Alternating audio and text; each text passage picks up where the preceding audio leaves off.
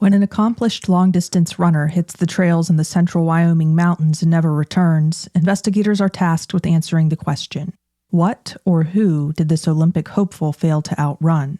Strange journals, a serial killer with a history of terrible crimes against women, and other theories are explored in this episode of Last Seen Alive.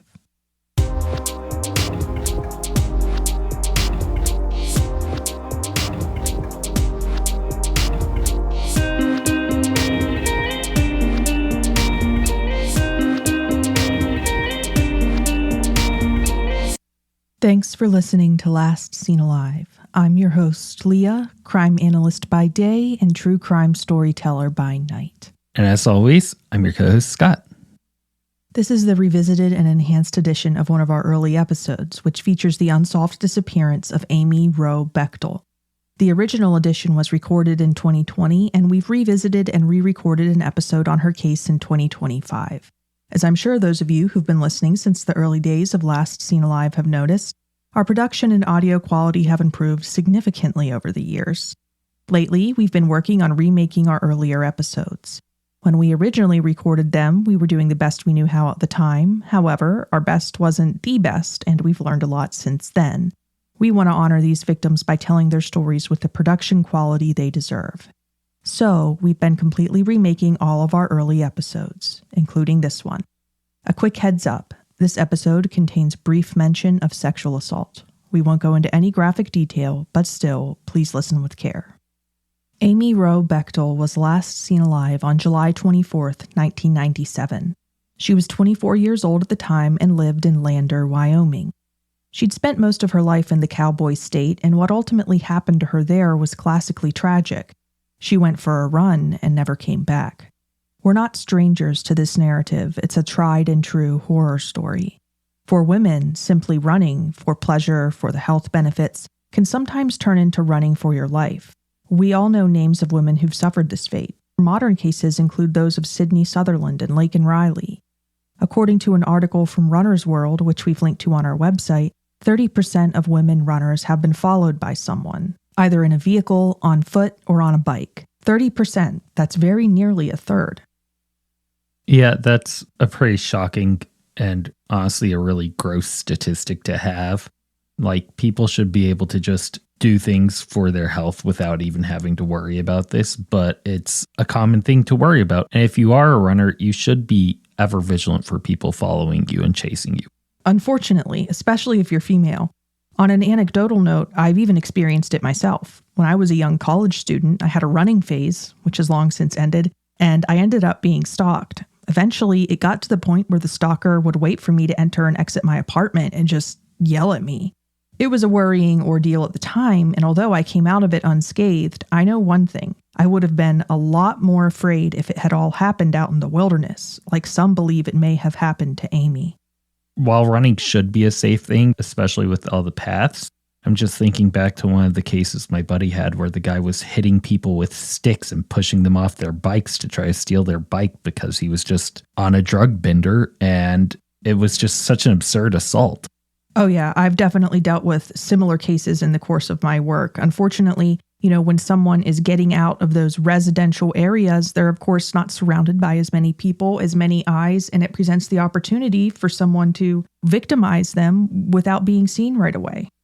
Looking back at my experience, I can't help but think of what people always say about predatory animals. Don't run from them because they'll instinctively give chase. Dogs, bears, big cats, animals like that. It doesn't matter. The advice is usually the same. And I think it may apply to human predators too. I think there just might be something about the sight of a potential victim running that makes some predators want to give chase.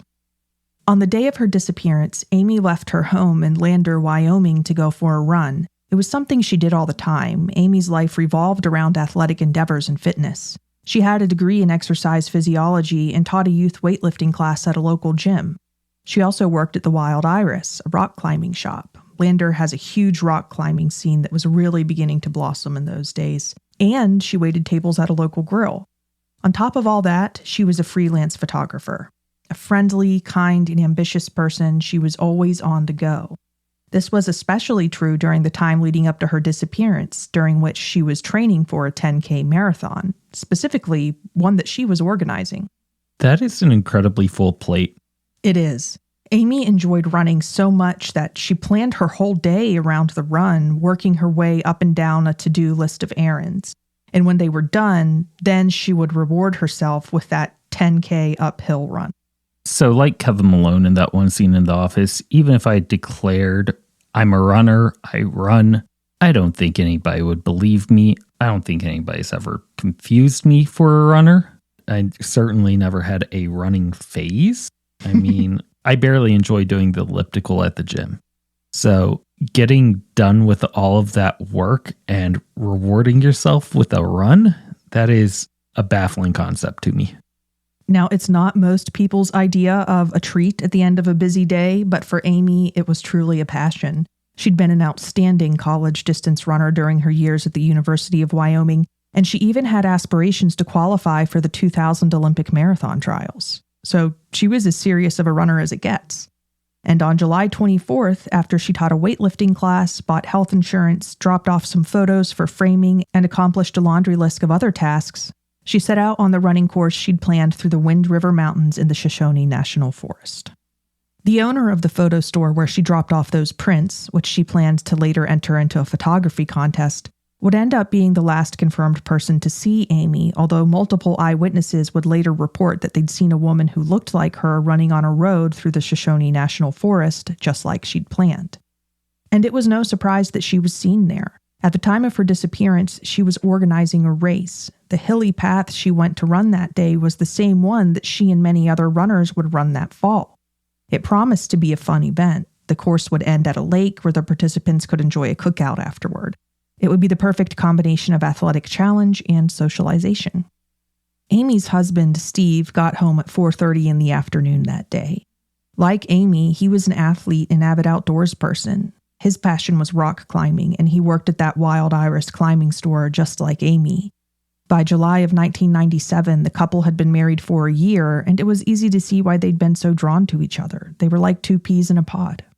They'd first met in college, where they'd both studied the same thing, exercise physiology. Later, they'd moved to Lander because the mountainous central Wyoming town was a paradise for a couple with their passions, running and rock climbing. On the day of Amy's disappearance, Steve knew she'd gone for a run, and he'd expected her to be back that afternoon. At first, her absence didn't seem like a big deal. She'd had a busy day, after all. Maybe she was still catching up on errands.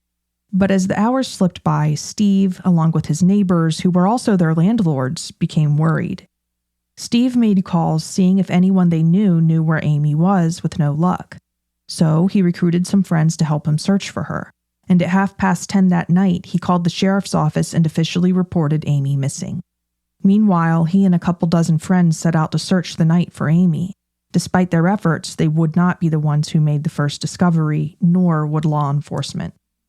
It was actually the neighbors, the ones Amy and Steve were renting their house from, who discovered Amy's Toyota on a twisting mountain road called Loop Road, which winds through Sinks Mountain State Park, a beautiful nature preserve at the base of the Wind River mountain range where Amy had gone to run. It was parked at a turnoff, and there was no sign of Amy. The car's keys were laying in plain sight on the seat, but there was no sign of her wallet. Oddly, the car was parked a couple of miles past Fry Lake, which was supposed to be the end of the route Amy had planned to run that day. This would seem to indicate that perhaps Amy had finished her planned travel of the race run and had driven a couple miles away from the site afterward, only to park again. Or perhaps she'd planned to run past the lake and take a longer route. I mean, either is possible when you're that passionate about running, I suppose. Right. She certainly was physically capable of extending her route if she so chose. Perhaps more telling than the contents of the car was the earth around and beneath the car. According to an excellent article from Runner's World, which we've linked to on our website, the ground was wet and puddles had accumulated near the car, a result of an earlier rain shower. Something was noticeably absent, though: tire marks, footprints. Neither of those things were present, which suggested that the car had been parked and abandoned before the afternoon rain shower. Her vehicle was discovered at 1 a.m., which meant that it had been sitting there for hours. So where was Amy, and what could have compelled her to abandon her car? And why was it parked where it was? The run she'd planned had been a 10K, which translates to a little over 6 miles. Sure, the terrain was rough, but Amy was an extremely experienced and well-conditioned long-distance runner. There was no way the run could have taken her so long. She should have returned to her vehicle long before dark. Even if she decided to do some additional running or hiking, she surely would have returned to her vehicle before nightfall. Unless, of course, she was injured. Amy's neighbors called Steve right away from a cell phone and reported what they'd found. At first, the logical conclusion seemed to be that Amy had been injured, twisted an ankle maybe, and had gotten stranded in the wilderness in the rain. Not an ideal situation to be stuck in, of course, but one she could, hopefully, be quickly rescued from. In an interview with Unsolved Mysteries, one of the neighbors who discovered the car described finding it as a relief, even if she wasn't inside. It made them feel as if they were that much closer to finding and rescuing her. So the search continued into the night. By the next day, it had expanded from a group of Steve and Amy's friends into an effort that included law enforcement, canines, people searching the rugged terrain on horseback and ATVs, and over 100 volunteers. Eventually, helicopters were brought in. That sounds like it was truly a large community effort for the area. It was quite the search effort. According to reporting for the Casper Star-Tribune, the FBI even assisted in the search, blocking off both ends of Loop Road and documenting every single motorist who entered. Honestly, I'm a little surprised that the FBI got involved in this, but I'm glad they did. I suspect that it was because we are talking about national forest territory. As the search efforts grew, so did the concern of Amy's family, friends, and law enforcement. With each passing day, the idea that Amy was waiting beside a trail somewhere, injured and holding out hope for help, seemed more and more unlikely. The prevailing theory quickly became something much more frightening. Law enforcement worried that Amy might have been attacked by a wild animal and dragged away from the trail she'd been running on. That makes sense when you think about their thought process of her being injured. Yeah. If she were injured, that would make her an easier target for one of these predatory animals. However, if she was fit and just running, I don't think it would be as likely that she was a victim of one of these chance encounters. I mean, either one is possible, but you're right, it happening if she was injured does seem more likely. And Wyoming is home to a rich array of wildlife, which likely comes as no surprise to most. The state is home to Yellowstone National Park, which is perhaps the most famous national park in the country. Although Amy didn't go missing there, wildlife is abundant in central Wyoming as well. When it came to law enforcement's suspicions, there were 2 main suspects, mountain lions and bears. And then there are also wolves present in Wyoming. Any one of those 3 predators would be physically capable of attacking, killing, and dragging an adult human, especially a small one like Amy, who weighed in at just 115 pounds. Was it possible that this was what had happened, that she'd fallen victim to a fierce but natural side of the spectacular beauty the state is known for? It's possible, yes. But statistically speaking, the odds are remarkably slim. On average, there are only 2 or 3 fatal bear attacks per year in the entire United States. Fatal mountain lion attacks are even rarer, averaging significantly less than 1 single attack per year in the U.S. And wolves? Fatal wolf attacks are so rare in the U.S. that they're almost unheard of. Still, rare does not mean impossible, and Amy had gone running alone in an area of wilderness rich with wildlife, which had of course raised her risk above that of the average Americans. And if she had been attacked by an animal like a mountain lion or bear, the animal could have purposely hidden her remains. When an animal does this, it's called caching behavior. It's a common, natural behavior intended to hide the food source from other animals and perhaps even to slow the decomposition process. Cached prey may be buried or dragged into a sheltered area, such as a cave. It reminds me of the National Forest documentary we were watching where they were talking specifically about that behavior of mountain lions in Yellowstone. Yeah. It's something they're known to do. And try as they might, searchers found no sign of Amy having been attacked and dragged away by a predator. And as law enforcement and civilian volunteers alike continued to comb the wilderness without producing any evidence of an animal attack, investigators' suspicions took a darker turn. By the time Amy had been missing for a week, they'd begun to consider that she might have fallen victim to the most prolific known predator of women, man. Statistically speaking, humans kill humans vastly more often than animals do. There's simply no comparison. Naturally, investigators looked at Steve, Amy's husband, as the first person of interest. This probably comes as a surprise to no one. When someone disappears and foul play is suspected, investigative efforts begin close to home. Statistically speaking, a victim's spouse or partner being responsible is the soundest theory, especially when the victim is a woman. According to the Bureau of Justice statistics, 64% of female murder victims in the U.S. are killed by their partners or other family members. The numbers make it clear. If you are a woman, the devil you know is far more dangerous than the devil you don't.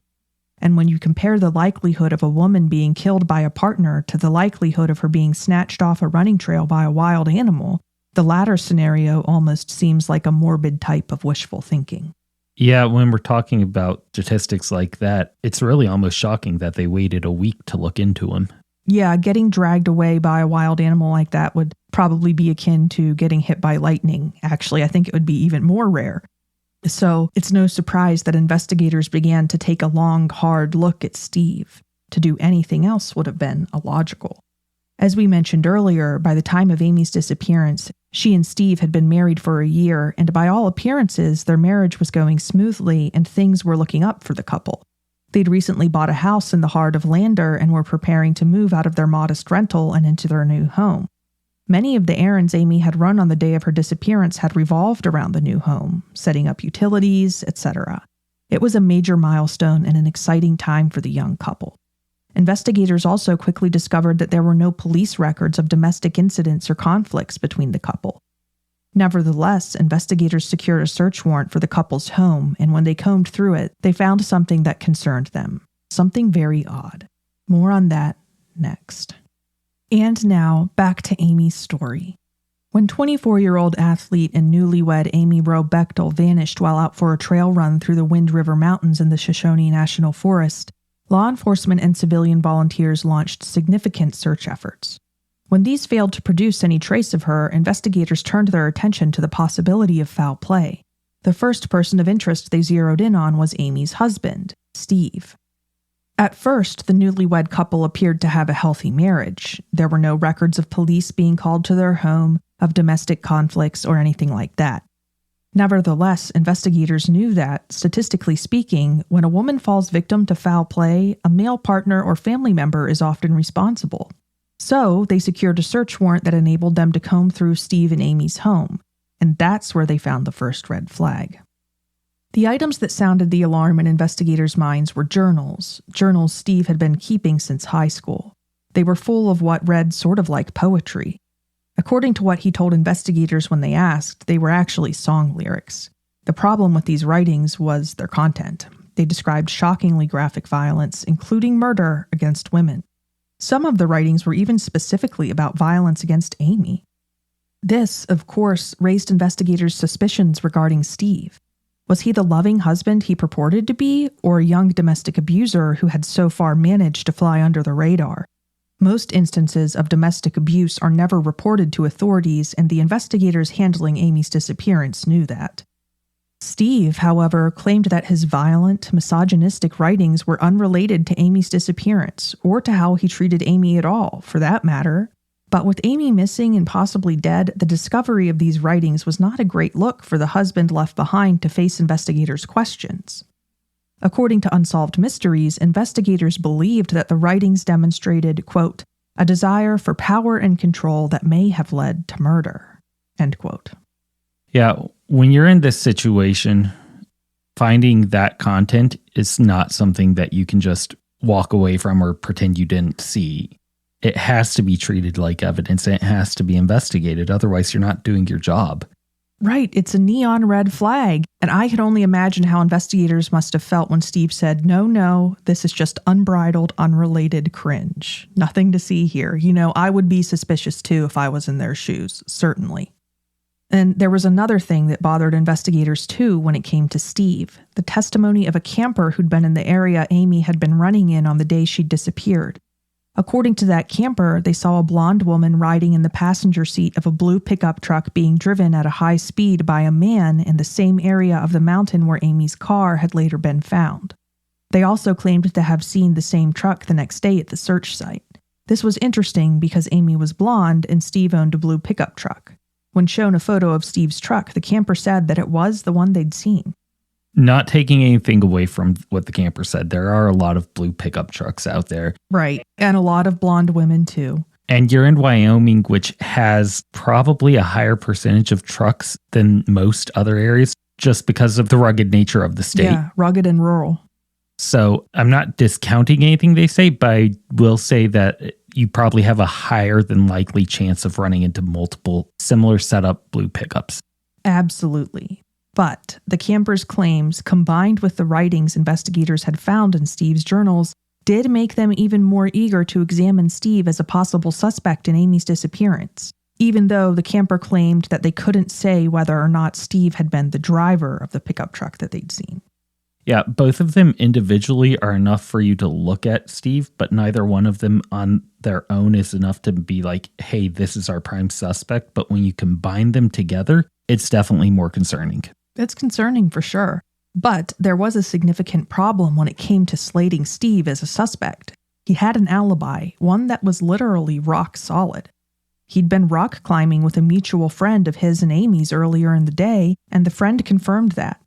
After returning home, Steve had visited his neighbors, the ones he and Amy rented their home from, and who had found Amy's car later that night.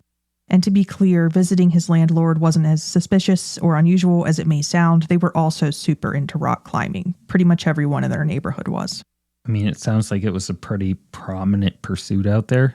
Oh, yeah. The neighborhood they lived in was actually called Climbers Row. It was just a place where a bunch of really avid rock climbers lived, some of them world class. Okay. Nevertheless, investigators believed there might have been big enough gaps in Steve's alibi for him to possibly have had something to do with whatever had happened to Amy, if he'd moved really quickly. And he was an extremely athletic guy, so if anyone was capable of moving quickly, it was probably him. And that does add a little bit more credence to the camper's claim that the truck was driving at a high speed. Yeah, sure. Of particular note, though, is the fact that phone records showed that Steve had made a phone call from his home's landline phone at 4:45 p.m. on the day of Amy's disappearance. That was the same approximate time that the camper had claimed to have seen a blue truck barreling down the mountain with a blonde female passenger. Still, investigators continued to aggressively pursue the possibility of Steve's involvement. The FBI came in to assist local police, and on August 5th, just shy of 2 weeks after Amy's disappearance, a special agent flat out accused Steve of murdering Amy during a voluntary interview. The agent bluffed, aka just lied, claiming to have evidence that Steve had done so and reminded him of the suspicious writings they'd found scrawled in his journal. He asked Steve to take a polygraph test. Upon being accused, Steve terminated the voluntary interview and sought representation by an attorney, which is exactly what anyone ought to do in that situation. 100%.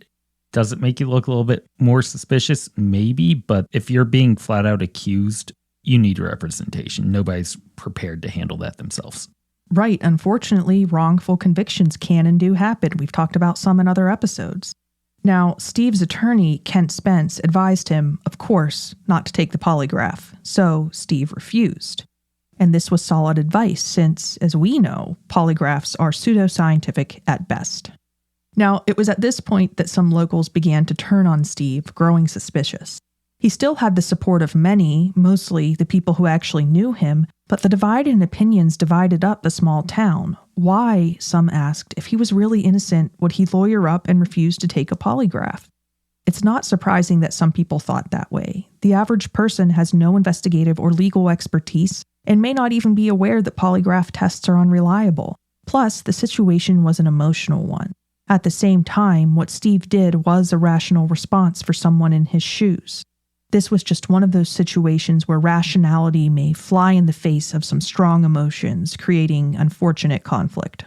Also, I think it's important to take in the fact that this was 1997. The fact that polygraphs are pseudoscientific hot garbage wasn't really as well known back then, and no, nobody was listening to podcasts with hosts trashing polygraphs all the time back then. And so I can see why people would jump on the polygraph is going to expose everything. Because I know when I was a kid, that was kind of my mentality growing up in the 90s. Right. And so I can see that charging emotions and then just small town gossip and rumor mills spreading. I can see it all combining into a very tense situation. That's absolutely what happened. In any case, while investigators were zeroed in on Steve, tips were coming in that pointed in other directions, including one that, in retrospect, seems particularly compelling. Before I tell you about it, though, I should mention that investigators eventually searched Amy and Steve's home with luminol, looking for any traces of blood, and with human remains detection canines. Neither of these efforts yielded anything of evidentiary value. They also obtained satellite imagery from the day Amy had gone missing, but that was a bust too. And now, moving on to those other tips. According to that article from Runner's World that I mentioned, a man named Richard called and said that he thought his brother, Dale Wayne Eaton, may have been involved in Amy's disappearance. That's a pretty surprising accusation, and when you got family turning on each other in these kinds of situations, it's a little bit stronger than a total stranger. It's not every day that you have someone call in and report their own sibling as a potential murderer. So, I'm sure you're wondering, who was this Dale Wayne Eaton? Well, that Runner's World article describes him as an itinerant stumblebum, which is one of the best descriptors I think I've ever heard of a human being. I really, really want to start using that in my daily vocabulary. I'm going to. I'm going to find a way to work it into something at work. I was going to say, can you put it in a work report? I will find a way. I can at least get it into an email. Itinerant stumblebum, in addition to being funny, is probably a pretty accurate descriptor of Dale Wayne Eaton, who was all over the place in that he had a hard time holding down a job, a relationship, or a living situation. He frequently jumped from job to job, usually part-time, doing things like selling items at flea markets, construction, or, for a while, welding. Eaton had had a history of violent behavior long before he'd become a known killer. Here are a couple highlights. At the age of 26, while living with a friend because his relationship with his then 18-year-old wife had been on the rocks, he'd nearly strangled his friend's daughter to death because he hadn't liked the way she'd cooked pork chops for him. I occasionally think about that. Yeah, you can see why he couldn't hold down a job. Anytime people would annoy him, it seems like there was a risk that he would fly off the handle and attack them with murderous rage. Another time, in 1997, just a few months after Amy's disappearance, he actually abducted an entire family, 2 parents and their infant child, at gunpoint in Wyoming when he'd found them pulled over on the side of the road experiencing vehicle trouble. They'd managed to escape, just barely, in a scene that sounds like it was from an action movie, and afterward, law enforcement had found Eaton lying in the desert, bleeding from the injuries his victims had bravely dealt out to him in the course of their escape. Eaton then confessed to the abduction. After that stunt, amazingly, Eaton was given a plea deal that would allow him to live in a halfway house instead of going to prison as long as he abided by some simple rules like no drug or alcohol abuse, no breaking the law, no possessing firearms, etc. I'm certain he followed every one of those rules for the first couple of hours. Well, almost immediately, noted itinerant stumblebum Eaton fled the halfway house, becoming a fugitive from justice, and a warrant was issued for his arrest. When he was caught by police, he was found to have a firearm in his possession. This time, there was no plea deal. He went to federal prison. And while he was there, one day he became angry with his cellmate and beat him to death. The fact that people like this are going around and get plea deals when they are such a high threat to the community. Right. He had just abducted 2 parents with a 5-month-old infant at gunpoint, and they had to fight their way out. So, Dale Eaton, the itinerant stumblebum, was no angel, and those crimes I just told you about are only the tip of the iceberg. If you've heard of him before, you might have heard him referred to as the Little Miss Killer, a reference to his murder of 18-year-old Lisa Marie Kimmel, which occurred in 1988 in Fremont County, Wyoming, the same county where Amy and Steve lived in the town of Lander. Lisa had been 18 years old and traveling alone to visit a friend when Eaton had abducted her. At that point in his life, Eaton had been living in a school bus on some rural property owned by an uncle of his. After abducting Lisa, he'd taken her back to his bus where he'd sexually abused her for a week before finally bludgeoning and stabbing her to death and throwing her body in a river. Searchers found her body in the river a few days after her death, but at the time they hadn't known who had assaulted and killed her. 12 years ended up passing before analysis of DNA left on her underwear told them that Dale Wayne Eaton had been responsible for her murder. After that, when investigators finally searched Eaton's property, they also discovered her car buried on its grounds. An entire car. Dale was charged with Lisa's murder and abduction in 2003 and convicted in 2004. His sentence? Death. The compelling thing about Lisa's murder in relation to Amy's case is the fact that investigators had long suspected the two murders to be related even before they'd found out who had murdered Lisa. According to ABC 7 Denver, an FBI profiler named Greg Cooper investigated Lisa's murder in connection with a series of other killings, including Amy's, that spanned from 1983 to 1987. He thought that Lisa was probably murdered by, quote, a very organized serial killer, end quote. He's not the only one who's described Dale Wayne Eaton that way either. According to Radford University's Serial Killer Information Center, Eaton is an organized lust-type serial killer who is suspected of 7 murders and known to have committed 2. In this context, organized means that his crimes were planned and methodical, and lust means that his motivation was sexual. This designation as an organized killer may seem to be at odds with his seemingly impulsive behavior that he demonstrated in other situations, such as when he nearly killed a friend's daughter over her pork chop cooking method, or when he'd beaten a cellmate to death. But apparently, Eaton, in addition to being an itinerant stumblebum and someone who frequently flew off the handle in rages, was also capable of planning violent, sexually motivated crimes. So, while those may seem at odds, I wouldn't necessarily put it past him, just because I think that he probably had some ideation of violence towards those people before he ever even carried it out. Yeah, he probably did. The FBI has said the following about Lisa's killer, quote, Lisa Marie Kimmel fell victim to an assailant who acted methodically and with purpose. She was a randomly selected victim whose path crossed with her assailant's by chance, end quote. So, could the same be said about Amy, and could Eaton be her killer? Could she have crossed his path coincidentally while running? Some think so. After all, he had been living in the area at the time, in Lander, and as if that's not hair-raising enough, according to his own brother, at the time that Amy disappeared, he had actually been camping in the area that she disappeared from. Specifically, he'd been camping in the Burnt Gulch area, which is where Amy's vehicle was found. Burnt Gulch was a remote area that the Eaton brothers had frequently hunted and fished in, so it wasn't as if it would have been his first time there. It was somewhere he was known to go. Knowing this, I can't help but think of how Eaton had abducted that family when he'd stumbled upon them experiencing car trouble on the side of the road.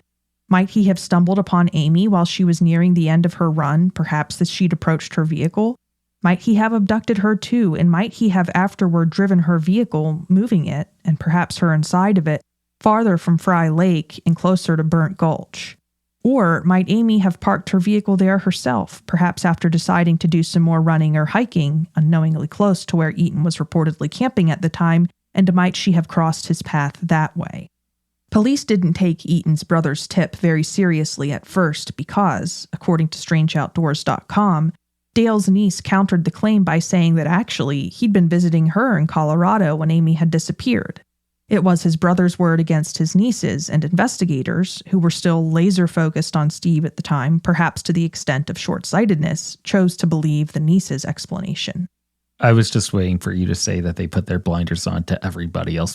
Right. Now keep in mind that at the time, Eaton had not yet been discovered to be a killer, so if his niece was trying to defend him, nobody knew about his murderous crimes at that time, and she might have thought, oh, I'm just helping my family member out who was in the wrong place at the wrong time. Yeah, there's definitely that, but from the investigative standpoint, we talk about it all the time. Just because you think you have one solid potential suspect, it doesn't mean that you need to discount everyone else. Right. It's all worth looking into. Every tip needs to be investigated to the fullest, otherwise you're doing a disservice to the victim. Definitely. Now, some people suspected that the substantial reward available for information about Amy's disappearance, $100,000 at the time, was Dale's brother's true motivation for tipping off investigators. However, In light of what we now know about Dale Wayne Eaton, that seems like an unfair assumption. Some people think that this assumption led investigators to miss out on possibly identifying and catching the Great Basin serial killer, an individual who was believed to have murdered a total of 11 women between the ages of 18 and 35 during the 80s and 90s in the states of Wyoming, Idaho, Nevada, and Utah. According to the Billings Gazette, another investigator who investigated Lisa's case, retired ATF agent Don Flickinger, has said that federal investigators are interested in Dale Wayne Eaton as a possible suspect in Amy's disappearance. And Flickinger personally agrees. He says he has a gut feeling that Dale is responsible for the murders of other women in the area.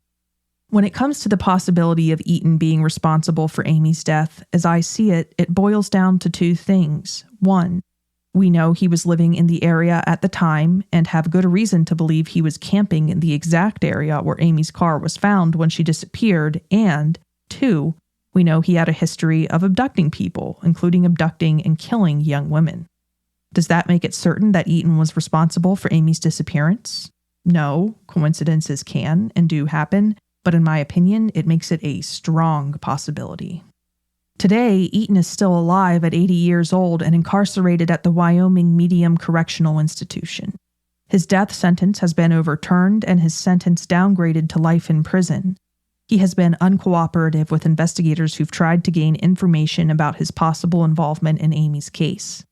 Meanwhile, tangible evidence of what happened to Amy has proven to be difficult to come by. In 2003, a hiker found a Timex watch that might have been Amy's, but there was no way to tell for sure. If it was hers, it's the only trace of her that's ever been found. Speaking of physical evidence, or the lack thereof, Scott, I imagine that you've probably been wondering about Amy's vehicle. Naturally, it's the first place I would want to check. Right. Well, as I mentioned, it was found in a location a couple miles past where one would have expected it to be parked. You would have expected it to be parked near the lake where her route was going to end. This suggests possibly that someone besides Amy, possibly her killer, may have driven her vehicle, perhaps after attacking her. It certainly gives me enough reason to want to search it for DNA. Right. Unfortunately, though, no attempt to collect forensic evidence was made. Instead, local law enforcement didn't restrict access to the vehicle in any way.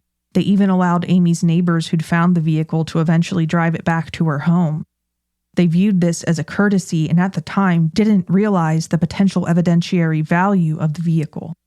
Okay, I'm going to say it. This was 1997. This is not before the dawn of DNA testing. It's been in use in courts for nearly a decade at that point, I think. Yes. This is a blatant disregard for the investigative process. Right, they didn't even dust for fingerprints. Another unfortunate aspect of the early investigation into Amy's case is the fact that for the first 3 days after she was reported missing, there was no detective overseeing the investigation. That's because he'd happened to be on vacation in a remote area, specifically on a mountain horsepacking trip, according to that Runner's World article, at the time she'd disappeared. Also unfortunate is the fact that he'd literally just been promoted to the detective position and prior to that had been working as a jailer, so his investigative experience at the time had been slim to none. The thought of going from jailer to detective is a baffling one for me. It's a wild leap. I mean, going from patrol to detective is still a large enough leap, but at least most patrol officers have basic investigative understandings and they're actively working on these skills that translate to them. Right. They're not working in a jail where everything's already been investigated and determined. Yeah. Now, although there were earnest and significant attempts made by law enforcement to locate Amy in the early days of her disappearance, they initially viewed her only as a missing person and not as a potential homicide victim. By the time they realized that foul play had likely been involved in her disappearance, it was too late for them to take the immediate steps they should have taken to preserve evidence. A tremendous opportunity had been missed, and there would be no getting it back. It's difficult to know what the status of Amy's case might be had that not been the case. Amy was declared legally dead 7 years after her disappearance, but today, decades later, her remains have yet to be recovered. Unfortunately, this deprives investigators of a wealth of information and evidence that her body might offer. Without it, they don't know where, when, or how Amy died, information that could potentially be extremely helpful in determining what really happened to her. Amy was only 24 when she disappeared and likely died. She had a bright future ahead of her, a new home, a recent marriage, and maybe even a shot at competing in the Olympics. And something or someone took that all away from her. With 28 years having passed since her disappearance at the time of this recording, she's been missing for longer than she was alive. If you know anything about Amy Wroe Bechtel's disappearance, please contact the Fremont County Sheriff's Office at 307-332-5611. And if you found this episode to be of special interest, you may want to check out our multi-case episode on unsolved cases featuring missing and murdered runners and pedestrians. We aired that episode in February of 2024. You can scroll back then in our feed to listen if you'd like. That's all for this episode of Lasting Life. Thanks for listening. Make sure you check out our website, lastinglifepodcast.com, for photos from the story and links to the sources we used to write it. While you're at it, follow us on Insta at LSA Podcast and TikTok at Lasting Life Podcast. Episodes of Lasting Life air every Monday. See you then. If you think bringing unsolved cases like Amy's to the public's attention is important, please take a moment to rate or review Lasting Life and tell your friends to check us out too. We really do appreciate it. Also, don't forget to check out our merch store where you can get an LSA t-shirt or hoodie. We donate 50% of the proceeds from every sale to the DNA Dope Project. Lasting Alive is a Studio 222 production. Research and writing for this episode is provided by you, Leah. Audio engineering and editing is provided by me, Scott.